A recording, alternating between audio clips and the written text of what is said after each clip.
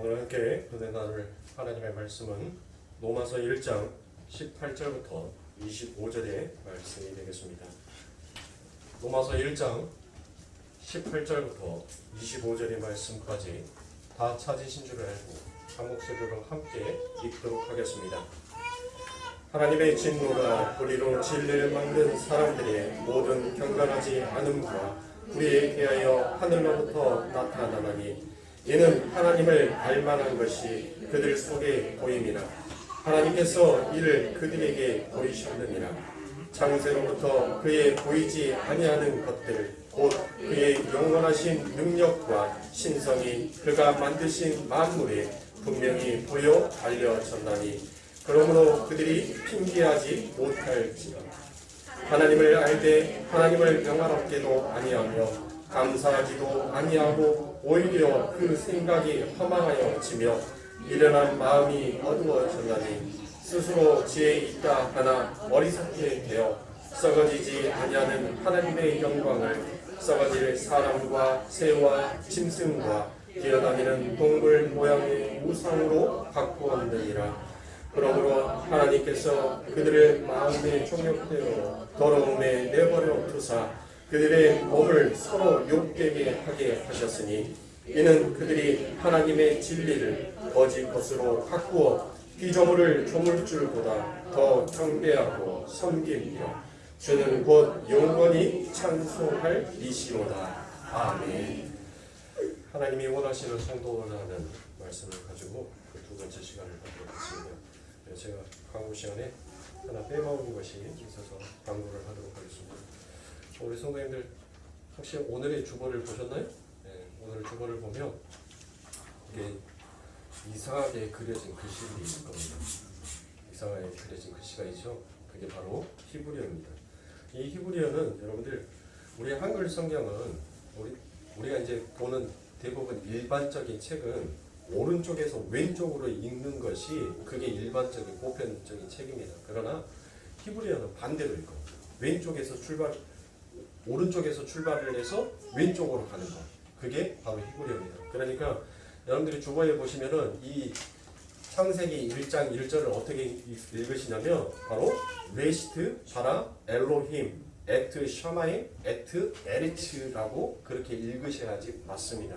그리고 우리가 읽는 일반적인 책으로 엘로힘, 바라, 레시트라고 읽는 것이 아니라 바로 레시트, 바라, 엘로힘이라고 읽는 것이 맞다라는 것을 이것을 여러분들에게 광고를 드린다는 것을 제가 깜빡이고 광고를 드리지 못했습니다. 그러니까 앞으로는 이렇게 해서 성경의 통문자로 해서 여러분들에게 계속 올려드릴 거예요. 그러니까 이것을 여러분들이 굳이 외우려고 하면 짐이 됩니다.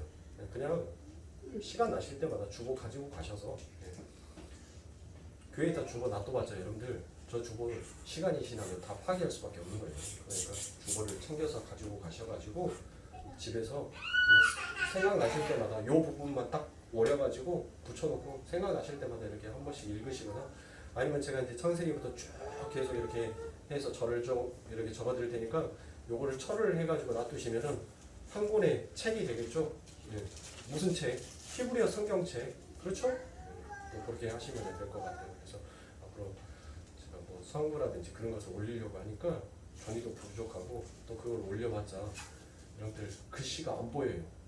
이 좁은 공간에다 올리려니까 아니 젊은 제가 봐도 글씨가 흐리흐리하게 보이는데 우리 나이 드신 분들은 더 안 보일 것 같아서 네. 요 정도 글자의 크기는 어떻습니까? 잘 보이신가요? 안경을 안 쓰시고도 보이신가요? 네. 그러면 다다음 주에 1장 2절은 여러분들 좀 많아요. 많은 것은 글씨가 좀 작아질 수밖에 없다는 것을 이해를 하시고 정 안 되면 제가 A4 한 장을 따로 그렇게 해서 거기에다가 출력을 해가지고 그렇게 드릴게요. 그러니까 아예 큼지막하게 되어 있으니까 여러분들이 시원시원하게 보이기는 할 것입니다. 그렇게 해서라도 제가 할 테니까 버리지 마시고 이제 좀 주보들을 잘 챙겨서 가시고. 자, 여러분들, 자 제가 왜 이 주보 얘기를 여러분들 이제 하게 됐냐면 여러분들 봐보세요. 오늘 주보에도 보면은 동사보다는 여러분들 제가 주보에 올려놨던 거 성경 구절 창세기 1장 1절을 봐보세요. 동사보다는 명사가 더 많이 기록이 되어 있어요. 그렇죠? 왜 성경에는 이렇게 이처럼 명사가 많이 기록이 되어 있을까라는 생각이 들었습니다. 여러분들 동사와 명사의 차이가 무엇인 줄 아십니까? 이 명사라는 것은 어떤 사물이 있으면 그 사물 자체의 것을 인식을 시켜버리는 것입니다. 그런데 동사는 무엇이냐면 동사는 생각하게 하는 거예요. 그러니까 쉽게 말해서 이게 우리가 교육에서 인문학에서 언어적으로 나타나는 것이 하나의 교육 방법이기도 합니다. 이 외국에서의 이 언어의 체계는 여러분들 대부분 어떤 식으로 가냐면 명사로 많은 것들이 주어져요. 명사로. 그러니까 자녀에게 어떤 것들을 가르칠 때 이것은 꽃이야 라고 아예 답을 먼저 줘버립니다. 이거는 꽃이야. 그러니까 아이들한테 어떤 컵을 줬어요. 그러면 이것을 주면서 이거는 컵이야 라고 얘기를 합니다. 컵이야. 그러면 아이는 더 이상 생각할 필요가 있어요? 없어요? 없잖아요. 이건 컵이니까. 답은 컵이니까. 그렇죠. 생각할 필요가 없는 것이 그게 명사예요. 동사는 뭐냐면 이거를 어디다 쓰는 것이지? 라고 물어봐요. 아이한테. 그러면 그 아이는 이 안에다가 다양한 말을 할 겁니다. 어떤 아이는 이 안에다 과자를 담는 것다라는 그와 같은 그릇으로도 말을 할 거예요. 어떤 아이는 이 안에다 물을 담는 것이다라고 해서 컵이다라고 얘기하는 아이들도 있을 거예요. 이처럼 동사는 여러 가지 것들을 생각하게 하더라라는 것이에요. 그러니까 여러분들 아이들의 언어 체계를 보면 어떤 언어를 많이 사용을 하냐면 명사보다는 동사의 언어를 굉장히 많이 사용하더라는 것이에요. 동사의 언어를. 그러니까 아이들은 어떤 질문을 할 때 이거는 꽃이야 라고 얘기를 하는 것이 아니라 이거는 뭐야? 이거는 뭐야? 라는 그와 같은 이야기들을 그와 같은 단어들을 굉장히 많이 구사하더라고요. 그러니까 자꾸 자기가 어떤 세상이 가르쳐주는 정답에 다가서기 위해서 자기는 수없이 많은 오류의 말을 범함으로 인하여 그 정답이라는 것에 접근을 해 나아가는 거예요. 자, 우리 하나님께서 우리들에게 율법의 언어를 주시고 난 다음에 그 율법의 언어를 가지고 우리들에게 왜 처음부터 너 이렇게 해라가 아니었어요. 우리 하나님께서는 그 율법을 주심으로 인하여서 뭐 하게 했냐면 생각하게끔 했어요. 생각하게끔. 너희들이 이렇게 주어지는 그 율법을 하나님께서는 명사로서 주신 것이 아니라 동사로 주어졌단 말이에요. 그러니까 그 하나의 율법들을 보면서 뭘 깨달으라고, 뭘 생각하라고, 네가 왜 이 율법의 말씀이 너희들에게 주어졌는지에 대해서 너희들은 생각하라고 그 율법이 우리들에게 주어졌단 말이에요. 그런데 인간은 그 생각하는 것을 마치 이렇게 해야 된다는 명료의 결론으로 맺더라라는 거예요. 왜요? 답은 이거니까. 야, 지키면 복 주고 안 지키면 저주 받더라. 이와 같은 결론으로 모든 것들을 그렇게 체계를 맺어가더라는 것이에요. 왜요? 인간은 어디에서 본시 태어났습니까? 하나님의 형상을 가지고 태어났어요. 그래서 인간은 우리 하나님은 알파요 오메가다라는 그와 같은 말을 하죠. 그러니까 처음과 끝이 우리 하나님은 항상 동일하신 하나님이셔요. 처음과 끝이 항상 일정하신 하나님이시라니까요. 그러니까 어떤 문제점이 있으면 반드시 그 문제점에 대한 해결점도 있다라는 것을 가지고 있는 것이 우리 하나님이란 말이에요. 그런 하나님을 닮은 인간의 본성은 어떤 문제가 주어지게 되면 그 문제에 대한 결론부터 찾더라는 것이에요. 그런데 그 결론이 결국은 누구를 의지하지 아니하냐면 하나님을 의지하지 아니하고 자기의 의를 의지하더라는 것입니다. 그래서 이 사도가 로마서 1장 17절에 오직 의인은 믿음으로 말미암아 살리라 라는 그와 같은 말의 대명제, 대주제를 우리들에게 주어졌습니다. 그래서 우리가 지난 시간에 함께 여러분들과 은혜 나누었던 말씀들이 뭐였었어요?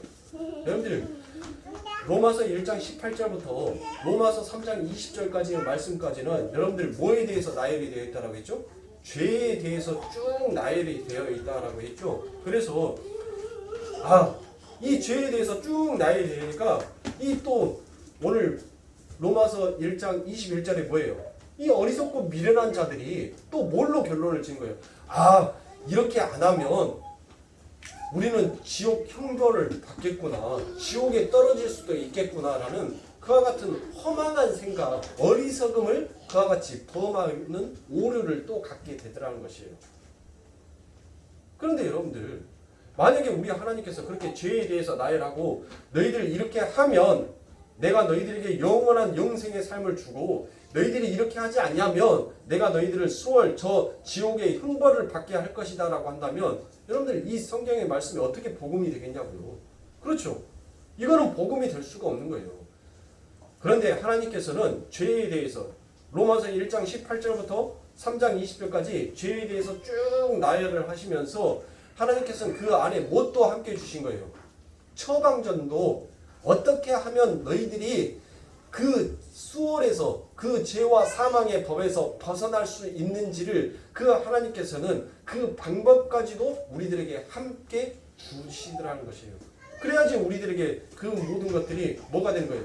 복음의 메시지가 되는 거 아닙니까? 안 그래요? 그렇죠. 그래서 우리가 그 말씀을 가지고 지난주에 함께 은혜를 나눴어요. 그래서 오직 하나님만을 의지하는 자, 그 자가 하나님께서 원하시는 성도다라는 것이에요. 자, 그러면 오늘 본문 말씀 로마서 1장 23절부터 한번 다시 또 들어가도록 하겠습니다. 그래서 로마서 1장 23절에 보면 썩어지지 아니하는 하나님의 영광을 썩어질 사람과 금수와 버러지 형상의 우상으로 바꾸었느니라 라고 되어 있습니다. 자, 여기에서 여러분들 항상 우리 인간의 중심은 나예요. 나. 이 인간의 체계는 항상 나로부터 시작되는 것이에요.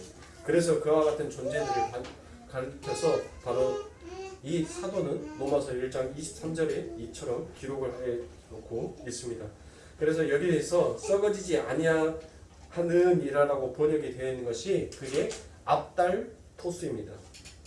이 압달토스라는 것은 변하지 않는, 멸해질 수 없는 이라는 이와 같은 뜻이 있습니다.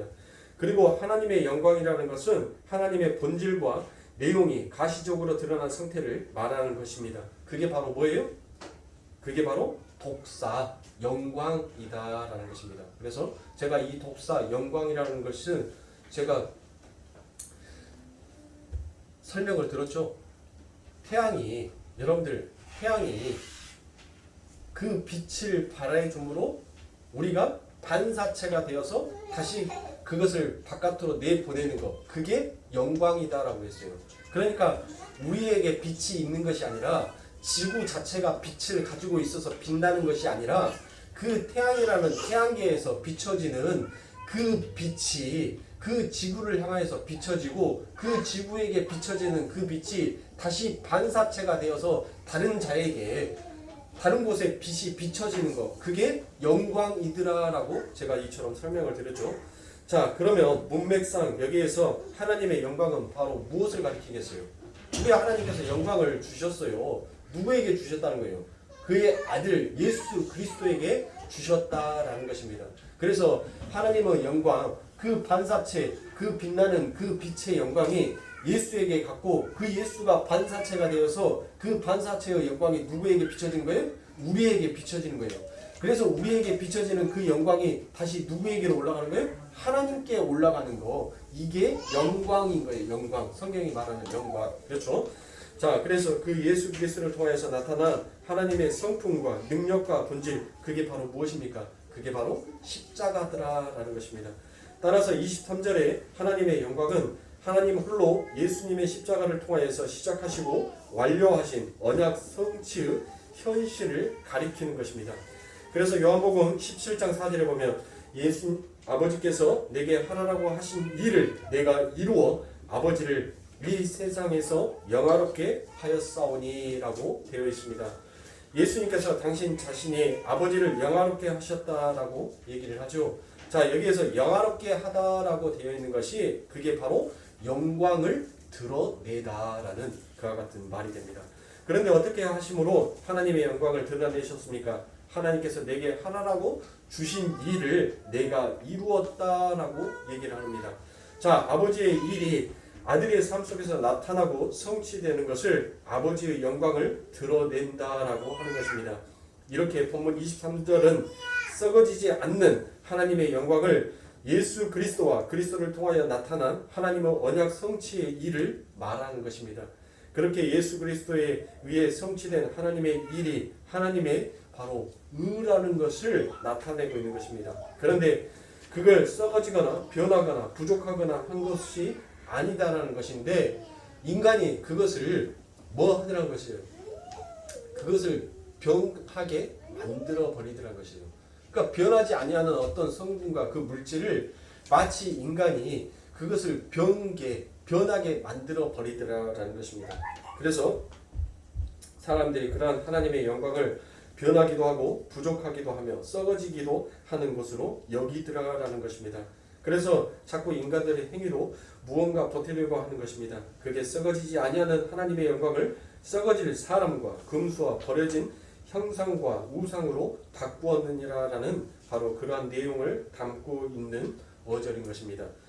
원어 성경에 보면 이 어절에 우상이라는 단어가 여러분들 없어요. 원문 성경에 보면 우상이라는 단어가 없습니다. 보통 우상이라고 하면 어떤 단어를 헬라에서 쓰냐면 바로 에이드론이다라는 말을 써요. 우상. 그런데 여기에서는 에이드론이 아니라 호모이오마입니다. 호모이오마라는 그와 같은 단어를 썼어요. 그러니까 이 호모이오마라는 단어는 어떤 대상의 대표적인 특징을 유사하게 흉내내는 것을 표현하고 있는 단어인 것입니다. 그와 같은 말씀이 어디에 기록이 되어 있냐면 로마서 8장 3절과 빌립보서 2장 7절에 보면 그와 같은 말씀, 이 호모이오마라는 이 말의 의미가 담겨져 있는 뜻이 그 안에 담겨져 있습니다. 로마서 8장 3절에 보면 율법이 육신으로 말미암아 연약하여 할 수 없는 그것을 하나님은 하시나니 곧 죄를 인하여 자기 아들을 죄 있는 육신의 모양으로 보내어 육신의 죄를 정하사라고 되어 있죠. 자기의 아들을 죄 있는 육신의 모양으로라고 되어 있는 그 부분입니다. 자, 또 오히려 자기를 비워 종의 형체를 가져 사람들과 같이 되었고라고 되어 있습니다. 이렇게 호모이모아는 대상의 특징을 유사하게 동질성으로 갖고 있는 것을 말하는 것입니다. 사람들이 썩지 않고 변하지 않는 그 하나님의 영광을 썩어질 어떤 것들과 특정과 같은 것으로 오해하고 변개하더라라는 것입니다. 바로 그 어떤 것이 무엇인가 하면 바로 사람, 버러지, 금수입니다. 그것들이 대표적인 특징이 뭡니까? 여러분들 인간이 우상을 섬기게 된 그와 같은 특징이 무엇이냐면 바로 그 안에는 결핍이며 그 안에 변개라는 것이 있더라라는 것입니다. 그래서 하나님의 영광을 그렇게 정의하고 이해를 해버리면 하나님처럼 되어버린 이 세상 아담들이 곧바로 어떤 반응을 보이게 되어 있습니까? 바로 하나님의 일에 내가 무엇인가를 도와야 하겠다. 내가 무엇인가 하나님의 일에 보태어서 하나님의 그 일을 완료시켜야 되겠다라는 것이 그것이 바로 율법주의며 인본주의인 것입니다. 그렇게 인간 중심의 기독교를 우상 섬기는 것이다라는 것으로 표현을 하고 그래서 성경 번역가들이 굳이 우상이라는 단어를 그 안에 집어넣어서 그 안에 담겨져 있는 이 내용들을 함축하여 놓고 있는 것입니다.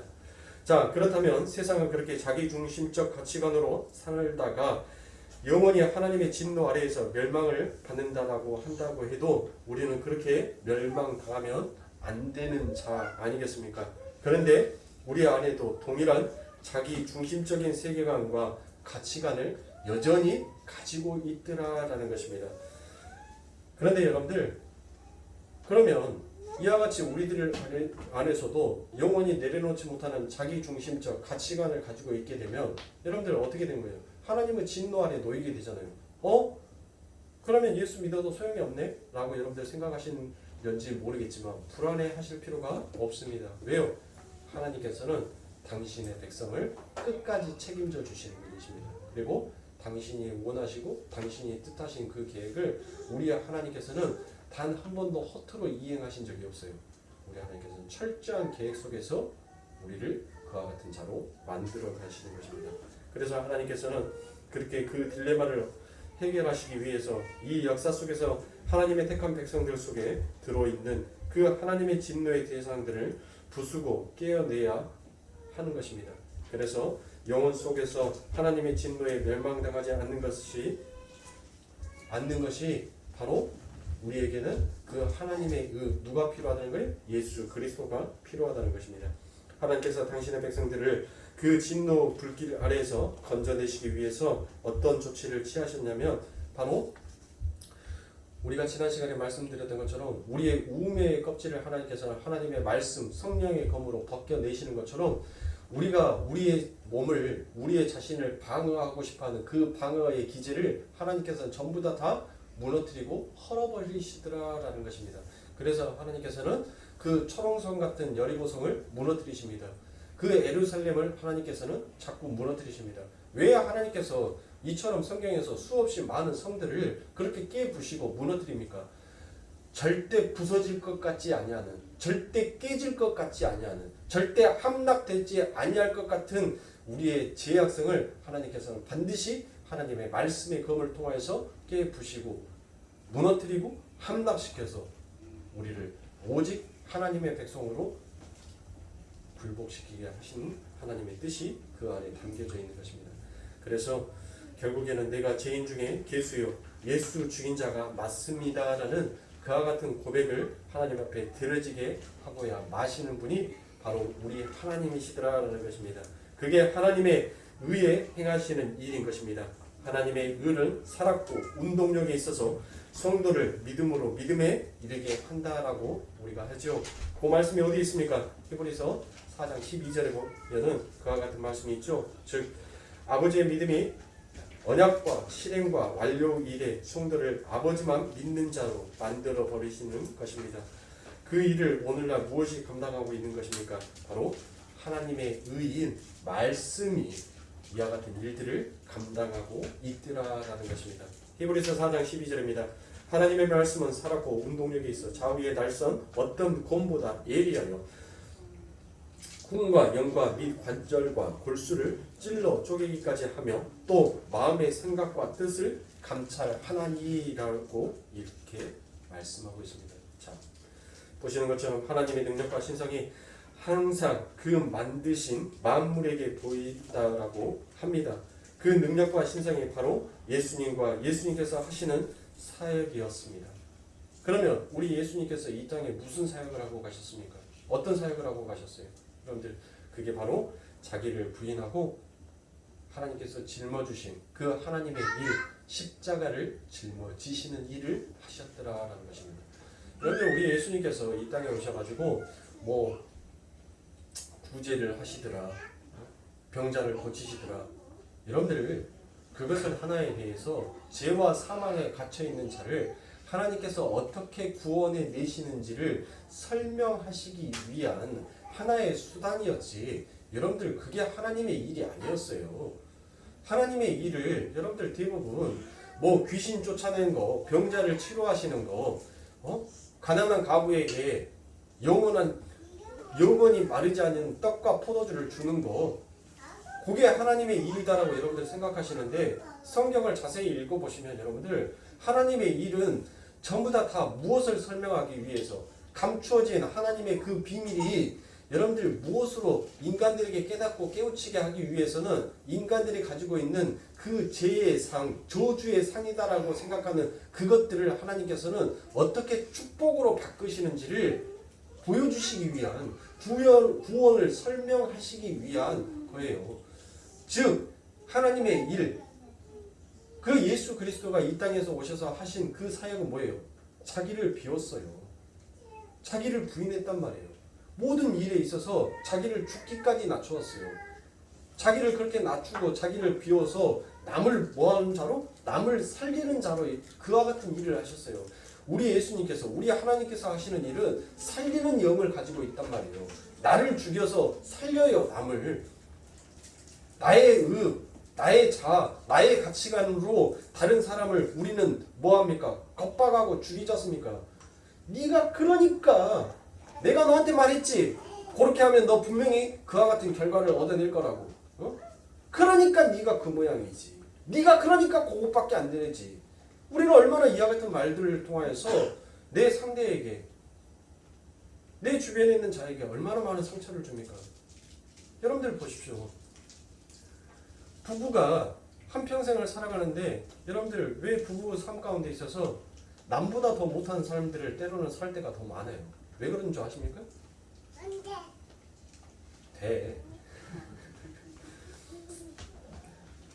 여러분들 남편은 그 아내에게 무엇을 바라고 있는 줄 아세요?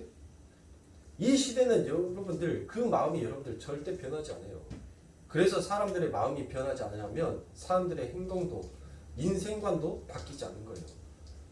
남자는 내 아내를 통하여서 누구를 원하냐면 그 아내에게 어떤 자를 원하냐면 바로 시어머니 같은 그와 같은 나의 아내를 바라는 거예요. 또 아내는 내 남편을 통하여서 누구를 장인 어른과 같은 나의 아빠의 상을 그 남편에게 요구하는 거예요. 그러니까 처음에는 이 중추신경이 여러분들 뭐예요? 이 뇌가 잠시 환각 상태에 쾌락이라는 그 환각에 의해서 자기의 보여지는 모든 것들이 다 잠깐 어두워진 거예요. 감추어지는 거예요. 보이지 않게 되는 거예요. 그러니까 여러분들 그 환각 상태에서 나타나는 그 언어의 체계는 당연히 뭐합니까? 당연히 모습이 바뀌죠. 그러니까 연애할 때랑 뭐예요? 연애할 때랑 결혼 생활이랑 다르지 않습니까? 왜 다른 거예요? 그 환각이 깨버린 거예요. 그 쾌락의 상태가 깨지기 시작하는 거예요. 그리고 난 다음에 자기의 현실, 자기의 보여지는 모습으로 가게끔 되어 있더라라는 것입니다. 여러분들 보세요. 우리는 어떤 부분을 인정하고 가는 것이 곧 자기를 낮추는 거냐면 여러분들 한 남자가 이 대한민국이라는 나라는 굉장히 가부장적인 시대의 삶을 살아왔어요. 그리고 그거는 계속되어서 이 남자라는 사람들에 대한 체계를 만들어가고 있습니다. 아버지는 항상 엄하고 아버지는 곧 가정의 법이었었어요. 그래서 아버지가 안 돼라고 하면 그것은 곧 천하가 깨진다 하더라도 안 되는 법이에요.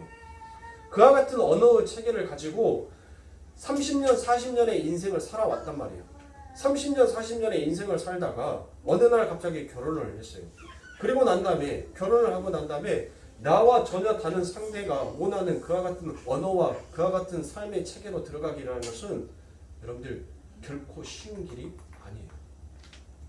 어쩌면 평생 동안 자기가 가지고 있는 그 언어와 자기가 그동안 삶 가운데에서 배워왔던 그 환경의 문화는 영원히 변하지 않냐고 그대로 간직하고 갈 수도 있어요.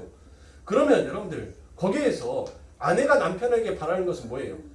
언어 체계를 바꿔달라는 거예요? 천만의 말씀이에요. 바뀌냐고요? 안 바뀌어요. 30년, 40년 동안 사용했던 그 언어 체계가 여러분들 결혼 생활 5년, 10년, 20년 했다고 그 언어 체계가 바뀔 것 같습니까? 안 바뀌더란 거예요. 그러면 자기를 죽기까지 낮추는 자, 자기를 부인하는 자는 뭐예요? 그 남편이 가지고 있는 그 언어의 체계를, 그 남편이 살아왔던 그 환경의 여건들을 뭐 해주라는 거예요? 인정해 주라는 거예요. 인정. 그것을 자꾸 부정하려고 하니까 뭐가 일어나는 거예요? 그 안에 트러블이 일어나는 거예요. 너 왜 내가 요구하는 걸 하나도 안 들어줘? 내가 너한테 바라는 것이 다른 거야?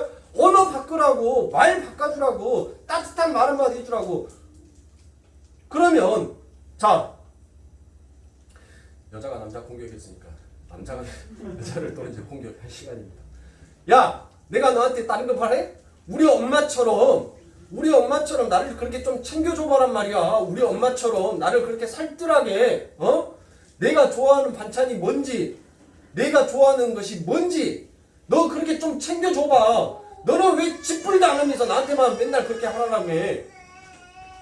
자, 여러분들 보세요. 그렇게 하니까 어떻게 돼요? 그렇게 하니까 여러분들 그 안에 하나가 이루어질 수가 없어요. 그 하나가 이루어지기 위해서는 누군가는 그 사람에 대한 삶과 행동을 인정해 주는 거예요. 그런데 그것을 인정하고 가는 것이 여러분들 죽기보다 싫은 거예요. 죽기보다. 근데 우리 예수님께서 그것을 했단 말이에요. 그래, 너희들은 뭐다? 너희들은 그래, 맞아. 너희들은 죄인이야. 너희들 스스로는 그 죄에서 도저히 구원받을 수 없는 죄인이야. 내가 인정할게. 너희들은 영원히 그 죄 속에서 허우적거릴 수밖에 없고, 그렇게 하나님을 인정하지 아니하는 너희들의 모습, 그래서 너희들은 하나님 앞에 영광을 돌릴 수 없는 자다는 것을 내가 인정할게. 그러면 이제 내가 너희들을 인정했으니까 내가 죽을게. 내가 죽고 너희들의 삶을 내가 인정해주면, 그러면 너희들은 뭐 하는 거예요? 내가 인정받으니까 여러분들 화가 나요, 안 나요? 아니, 누군가가 내 남편이 일하는 거, 그래, 내가 사랑하는 사람이, 그래, 잘했어, 우리 여보 최고, 응, 우리 여보 열심히 해야지, 우리 여보 최고, 그렇게 하면서 인정을 해주는데, 그 남편이 그 아내한테 대고 너 쥐약 먹었냐? 그렇게 말할 사람이 있어요? 아니, 자기를 인정해주고 자기에게 힘을 주는 그 아내에게 너 오늘 뭐 잘못 먹었냐? 너 왜 그래? 야, 사람이 변하면 죽을 날이 가까웠대. 너 혹시 죽으려고 하는 거야? 그렇게 말할 사람이 있어요? 남편도 마찬가지예요. 응? 내 아내를 인정해주고 여보 이 더운 날 고생했어. 그 불 앞에서 한 끼 먹는데 이 불 앞에서 그 고생을 하고 이렇게 아름다운 음식 차려줘서 여보 고마워. 그 아내의 삶, 그 아내의 위치를 인정해 줬을 때 그 아내가 술 먹었니 너? 술이 덜 깼어?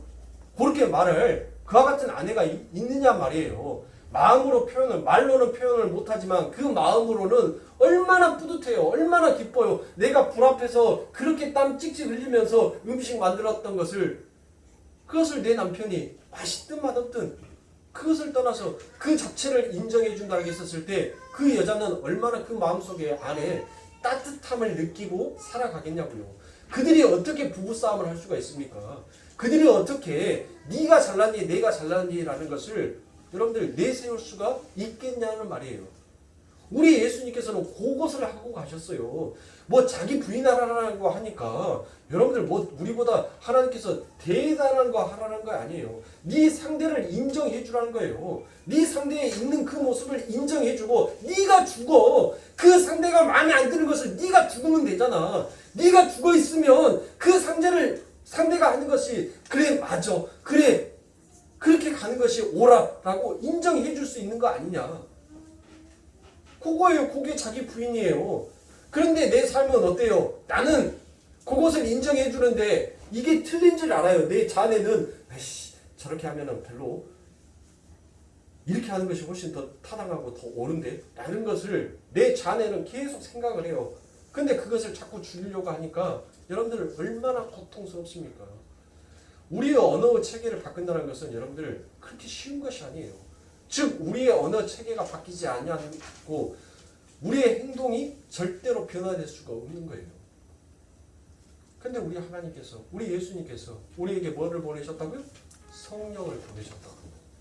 성령을 보내셔서 뭐합니까? 우리가 가지고 있었던 그 옛 자아의 습관들, 옛 자아의 모습들을 그 성령이 우리의 말씀의 거음을 가지고 우리의 심령 안으로 뚫고 들어오시더란 거예요. 그래서 영원히 깨어 부서지지 아니할 것 같은 우리를 하나님의 말씀이 깨어 부시더란 것입니다. 여러분들 이 신앙생활에 있어서 목사의 권면은 여러분들 아무 필요가 없어요. 여러분들 목사의 권면으로 우리들의 인생과 삶이 변화되는 것이 아니에요. 우리들의 인생과 삶은 오직 성령의 말씀의 그 검으로, 말씀으로만 우리가 변화가 되는 것이지 목사가 이렇게 해라 저렇게 해라 그와 같은 권면으로 여러분들 우리의 인생이, 우리의 신앙관이 변화가 되는 것이 아니라니까요. 즉 내가 여러분들을 변화시키는 것이 아니라 이 성경의 말씀이 여러분들을 변화를 시켜가고 있는 것입니다.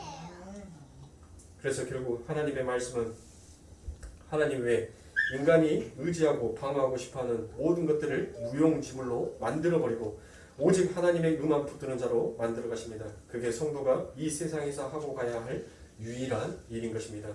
예수님께서도 말씀하셨습니다. 하나님이 이런 하나님이 보내시는 자를 믿는 것이다 라고 말씀하셨습니다.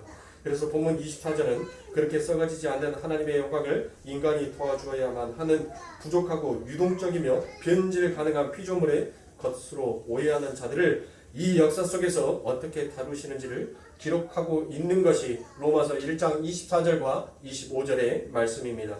본문 말씀 24절과 25절 함께 보도록 하겠습니다. 그러므로 하나님께서 저희를 마음의 종역대로 더러움에 내어버려 두사 저희 몸을 서로 욕되게 하셨으니 이는 저희가 하나님의 진리를 거짓 것으로 바꾸어 피조물을 조물주보다 더 경배하고 섬김이라 주는 곧 영원히 찬송할 이시로다. 아멘 하고 말합니다. 많은 이들이 여러분들 이 구절을 동성애를 설명하는 구절로 여러분들 대부분 그렇게 오해를 하고 계시는데 전혀 아닙니다. 여기에서 여러분들 정욕이다라고 번역이 되어 있는 것이 바로 에피토미아입니다. 에피토미아. 그런데 이 에피토미아는 육체적 욕망이나 성적 욕망의 의미보다는 그냥 평범한 desire, 바로 갈망이라는 그와 같은 의미가 더 여기에 강합니다. 그러니까 여러분들 여기에서 쓰여진 이 정욕이라는 것은 육체의 어떤 성적인 욕망이 아니라 갈망이라는 뜻으로 여러분들이 해석을 하는 것이 훨씬 더 그 의미가 적절하다라고 말할 수 있습니다. 그리고 그 뒤에 보면 마음이다라고 되어 있는 것이 이게 바로 호칼디아입니다. 호칼디아. 이 호칼디아라는 것은 바로 생각하는 자리를 말하다라는 것입니다. 그러니까 마음의 정욕이라는 것은 인간이 자기 소견이 옳다라고 생각하는 그것을 행하는 것을 말합니다.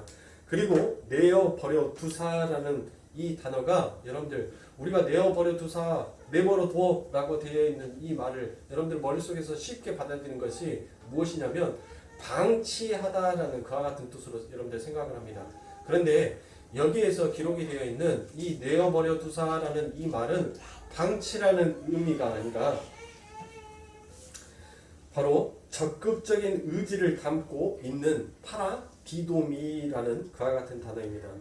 그 단어는 바로 넘겨주다, 인도하다라는 그와 같은 의미가 담겨져 있습니다. 파라디도미가 뭐라고요? 이 파라디도미는 여러분들 좀 머릿속에서 여러분들이 외우셔도 좋을 것 같습니다. 왜냐하면 이 로마서에서 이 파라디도미가 심심치 않게 사용이 되고 있는 것을 우리는 알 수 있습니다. 그래서 바로 그 단어가 넘겨주다, 인도하다라는 그와 같은 의미가 있습니다.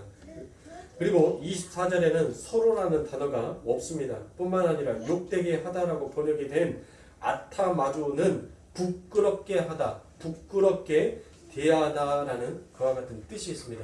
자, 그러면 제가 정욕부터 시작해서 정욕과 마음과 내버려두사, 그 다음에 서로라는 단어는 없고 욕되게 하다라는 이와 같은 단어의 뜻들을 여러분들에게 해석을 해서 말씀을 드렸죠. 자, 그러면 이 말씀들을, 이 단어들을 우리가 다 한때 모아서 24절을 보다 원문에 가깝게 해석을 한다면 바로 이와 같은 뜻이 되는 것입니다. 그러므로 하나님께서 저희를 자기 소견에 옳은 대로 하도록 더러움에 넘겨주셔서 그들로 하여금 자신을 부끄럽게 하셨다라고 여러분들 이렇게 표현을 하면 원문에 더욱더 가깝고 24절의 말씀이 더욱더 이해가 하시기에 편하실 겁니다. 다시 한번 읽어드릴게요. 그러므로 하나님께서 저희를 자기 소견에 옳은 대로 하도록 더러움에 넘겨주셔서 그들로 하여금 자신을 부끄럽게 하셨다라는 이와 같은 말이 됩니다. 그러니까 여러분들 나는 괜찮은 사람이 아니라 나는 뭐한 자다? 나는 부끄러운 자다라는 그와 같은 그 부끄러움을 알게 하셨다라는 뜻이 바로 24절입니다. 그런데 여러분들 우리는 이미 묵시의 세계에서 뭐 한 거예요? 우리는 묵시의 세계에서 목사님 우리는 묵시의 세계에서 완료가 된 자잖아요 라고 여러분들 그와 같이 의문과 그와 같은 생각을 하실 수 있습니다. 그렇죠? 그러면 하나님께서 왜 이미 이렇게 완료가 되어 있는데 우리들에게 이와 같은 부끄러움과 어리석음에 왜 우리 하나님께서 우리를 두셨냐는 거예요. 왜요? 바로 완료 이전의 상태가 어떠한 상태인지를 우리들에게 가르쳐 주시고 너희들의 구원의 완성됨이 어떠한 것인지를 더욱더 확고한 믿음으로 의지하게끔 만드시기 위하여서 하나님께서 그렇게 하셨더라라는 것입니다. 즉 하나님께서는 어떤 의도를 가지고 의지적 결단을 내리셔서 사람들을 불경건함과 불순종함으로 넘겨주셨다는 것입니다. 그러니까 하나님의 은혜가 가입하기 이전에 자신들의 처참한 처음의 자리를 보게 되는 것이고 여전히 불가능한 자신의 모습을 보면서 하나님을 간절히 열망하는 자가 되는 것입니다. 따라서 여러분들의 삶 속에서 반드시 죄로부터 벗어나고자 싶어하는 그와 같은 분투가 있어야 하는 것입니다. 자, 여러분들 여기에서 분투다라고 되어 있는 것이 바로 어떤 뜻이냐면 여호수아 23장 11절에서 보면 여러분들 여호수아에게 하나님께서 그 가나안 땅을 정복하라고 말씀을 합니다. 그리고 한 명도 뭐 하지 말라고요? 남겨두지 말라고 합니다. 그런데 하나님께서는 분명히 한 명도 남겨두지 말라고 해놓고 그 이후에 가면 하나님께서 또 뭐라고 말씀하십니까? 남겨두더라라고 말씀하셔요. 이건 뭐예요?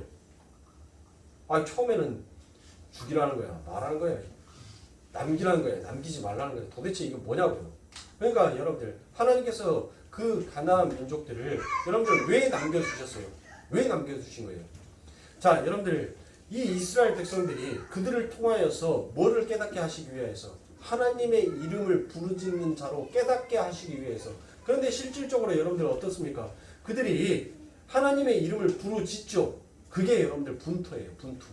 그게 하나님의 이름을 부르짖는 것이 그게 바로 분투다라고 얘기를 하는 것입니다. 그렇다면 하나님께서 왜 당신을 알고 있는 그러나 오해하고 있는 이들을 부끄럽게 만드시는가가 그게 바로 25절인 것입니다.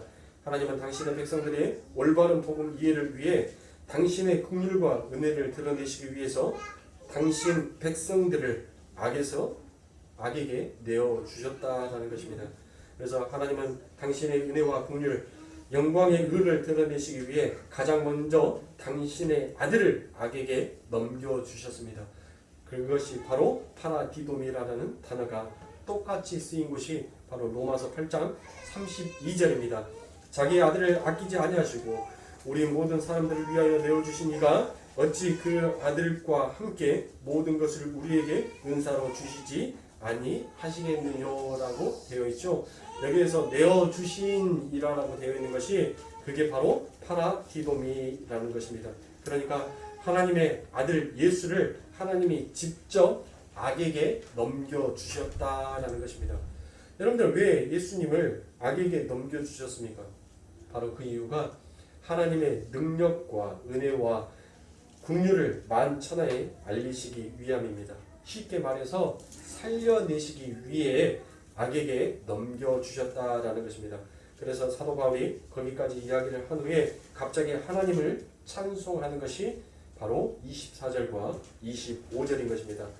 여기와 똑같은 이야기를 로마서 11장 말미에서도 합니다. 그리고 거기에서도 사도 바울이 찬송을 터뜨립니다. 로마서 11장 32절부터 36절에 보면 하나님의 모든 사람을 순종치 아니하는 가운데 거두어 두심은 모든 사람에게 긍휼을 베풀려 하심이로다. 도다 하나님의 지혜와 지식을 부여함이요 그의 판단은 측량치 못할 것이며 그의 길을 찾지 못할 것이로다. 누가 주의 마음을 알았느냐? 누가 그의 모사가 되었느냐? 누가 주께 먼저 들여서 기쁘심을 받겠느냐? 이는 만물이 주에게서 나오고 주로 말미암아 주에게로 돌아갑니다. 영광이 그에게 세세히 있으리로다. 아멘 하고 찬송합니다. 자, 사도 바울은 하나님께서 모든 사람을 다 순종치 아니하는 가운데 가두어 두셨다라고 말합니다. 하나님께서 그렇게 하셨다는 것은 그걸 오늘 본문 말씀과 바꾸어 얘기하면 바로 더러움에 넘겨주셨다라는 그와 같은 말로 바꿀 수 있습니다. 바로 그 이유가 무엇입니까?